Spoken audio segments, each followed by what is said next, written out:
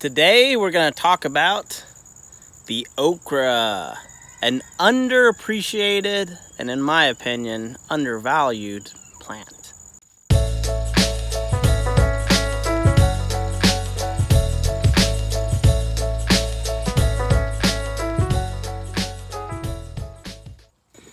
Okra, that's what we're talking about today. A lot of people do not know as much about okra as they should. It tends to be known as a southern crop, a southern vegetable, part of southern culture.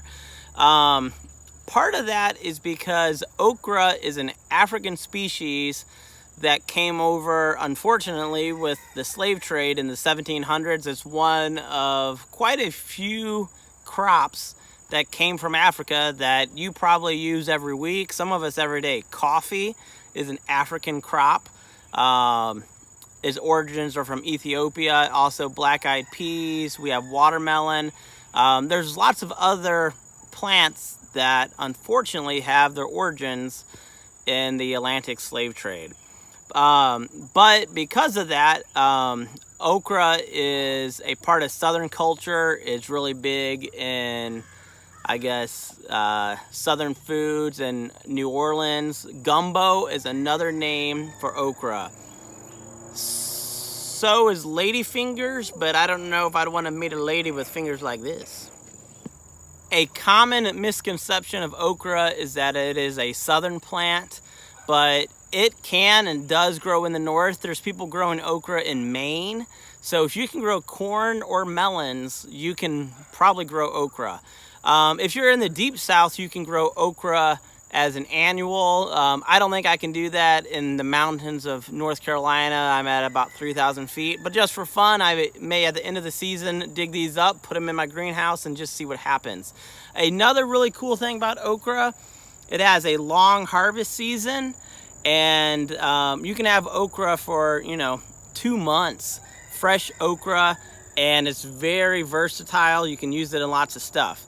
But first, let's take a closer look at my okra plants.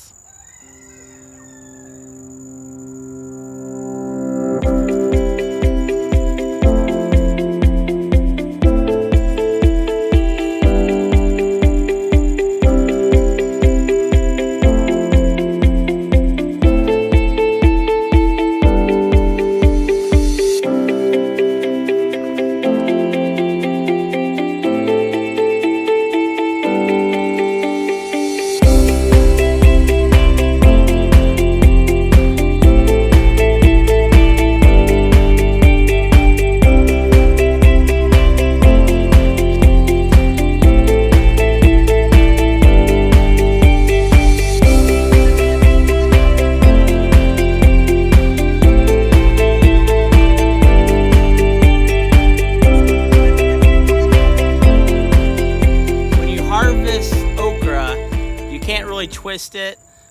You need a nice sharp knife. This knife is actually from the Passionate Gardener. She sent this to me when we won one of her contests, so Passionate Gardener, I'm still using this knife. So I'm going to go ahead and harvest the okra. The ideal length is about 4 inches or a little bit smaller. I do have a couple that are bigger than that, but if you slice them up, you can still use them, but they do get woody after about 4.5, 5 inches. So you really do want to harvest them quickly. You want to be in the garden every day to see if you can harvest, and then you want to enjoy your okra. Now I am leaving some of my longer pods on my okra, partially because Nathan Sampson has an okra challenge for longest okra. Now normally you don't want to eat a big okra because it is not that good. It gets too woody, but I'm saving a few to see how big they can get for his contest. I think that's ending in August, I think. And I am going to harvest my seeds from my okra, and hopefully I won't have to buy okra seeds next year. So I'm just going to leave some of those longer ones on there, let them harden off. I'm not really doing that right yet, except for a couple big ones. Because that does slow down the growth of the other pods. But my last harvest especially, I'm going to leave some of the pods on there to let them dry out. And then I got free seeds.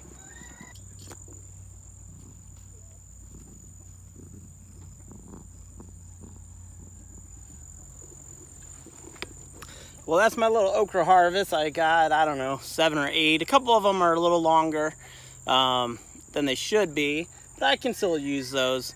I'm going to make some okra and tomato stew. It's pretty good. Throw in some onion, some garlic. It's real simple, but there's lots and lots of ways you can cook okra. You can grill it, you can fry it, you can bake it, put it in a stew, deep fry it. It's like the I guess bubble gum shrimp of food. There's lots of ways you can enjoy okra. I feel it's a crop that more people need to grow. I always like to grow something a little bit different that I don't buy in stores or I can't find in stores. And fresh okra, at least around here in the mountains of North Carolina, you can't really get fresh okra that easily in the, big box stores, definitely. So if you want to grow okra, I suggest try it out, have fun. There's lots of different varieties. I'm growing the Clemson spineless, but if you're further north, you probably want to find a cooler climate okra to have better luck. So until next time, keep on gardening.